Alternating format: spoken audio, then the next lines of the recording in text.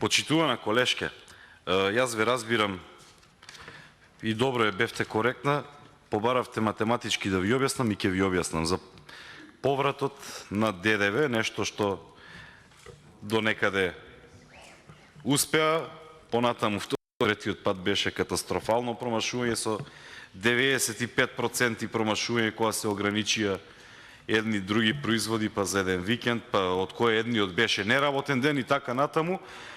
Предвидувањата со она што се реализираше имаше 95% промашување, односно се предвидува 180 милиони евра потрошувачка, испаднаа 7,5 милиони евра потрошувачка.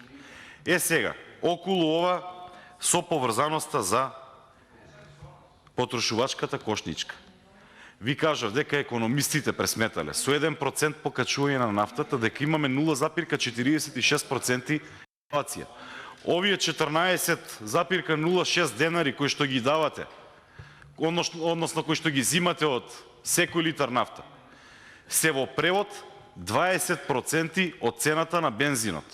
Или ако го помножиме со негативна инфлација, тоа значи дека доколку 14 денари не ги земевте од граѓаните од секој литар нафта или бензин, сега ќе имавме околу 2000 денари помала потрошувачка кошничка.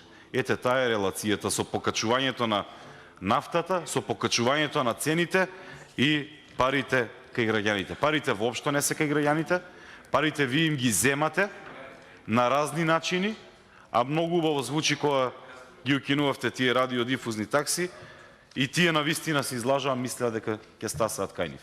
За жал гледаме дека овој циклус на вртење на парата најчесто се останува кај најголемите, а оние граѓаните повторно немаат пари. Благодарам.